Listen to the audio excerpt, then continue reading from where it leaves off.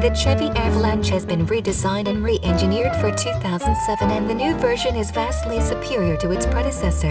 The new Avalanche rewards its driver with taut handling. It's well designed throughout with impressive attention to detail. The previous generation Avalanche was good. This new one is better. The Avalanche is and always has been one of a kind. It successfully combines the hauling capacity of a long bed pickup with the comfort of a 5-passenger sport utility vehicle. It switches between these roles using its ingenious Midgate, a removable rear bulkhead between the passenger compartment and the pickup bed, along with a hard, tonneau-like bed cover. The Midgate allows the Avalanche to be configured as a Tahoe-sized sport utility with a short bed.